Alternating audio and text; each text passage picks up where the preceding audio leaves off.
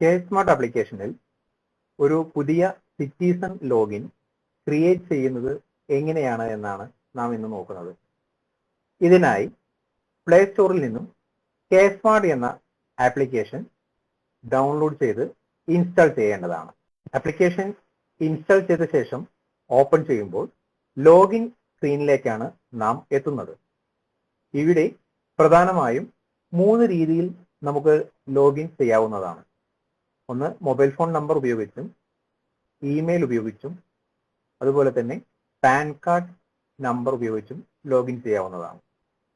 Email, pan card എന്നിവ നമ്മുടെ പ്രൊഫൈലുമായി ബന്ധിപ്പിച്ചിട്ടുണ്ടെങ്കിൽ മാത്രമേ ഈ രീതികളിൽ ലോഗിൻ ചെയ്യാൻ സാധിക്കുകയുള്ളൂ. കെ സ്മാർട്ടിൽ പുതിയ അക്കൗണ്ട് ക്രിയേറ്റ് ചെയ്യുന്നതിന് വേണ്ടി ക്രിയേറ്റ് അക്കൗണ്ട് എന്ന ബട്ടൺ ക്ലിക്ക് ചെയ്യുക.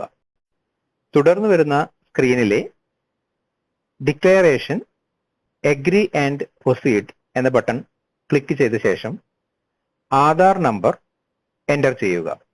പ്രത്യേകം ശ്രദ്ധിക്കുക, മൊബൈൽ ഫോൺ നമ്പർ ആധാറുമായി ലിങ്ക് ചെയ്തിട്ടുണ്ടെങ്കിൽ മാത്രമേ ഈ രീതിയിൽ രജിസ്റ്റർ ചെയ്യാൻ സാധിക്കുകയുള്ളൂ.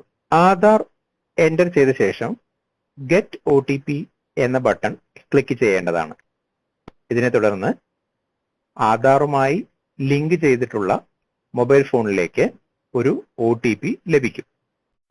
ഇങ്ങനെ ലഭിക്കുന്ന OTP എൻ്റർ ചെയ്ത ശേഷം വെരിഫൈ എന്ന ബട്ടൺ ക്ലിക്ക് ചെയ്യുക. തുടർന്ന് ആധാറിൽ രേഖപ്പെടുത്തിയിരിക്കുന്ന പേര് ഇവിടെ കാണിക്കുന്നതായിരിക്കും.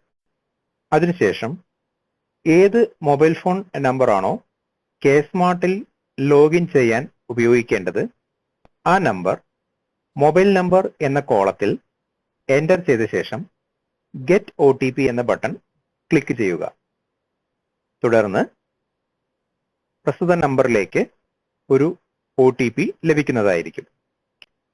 ഈ OTP എൻ്റർ ചെയ്ത് വെരിഫൈ ചെയ്ത ശേഷം വാട്സപ്പ് നമ്പർ, ഇമെയിൽ അഡ്രസ് എന്നിവ നൽകി രജിസ്റ്റർ ബട്ടൺ ക്ലിക്ക് ചെയ്യുക.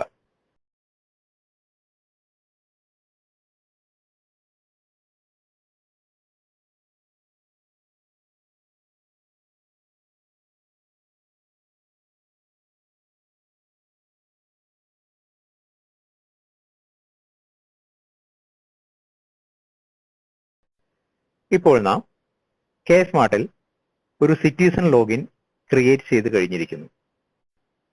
നിങ്ങളുടെ തദ്ദേശ സ്വയംഭരണ സ്ഥാപനത്തിൽ നിന്നും നിങ്ങൾക്ക് ലഭിക്കേണ്ടുന്ന വിവിധ സേവനങ്ങൾക്ക് കെ സ്മാർട്ടിലൂടെ എങ്ങനെയാണ് അപേക്ഷ നൽകുന്നത് എന്നറിയുവാനായി നമ്മുടെ തുടർന്നുള്ള വീഡിയോകൾ കാണുക.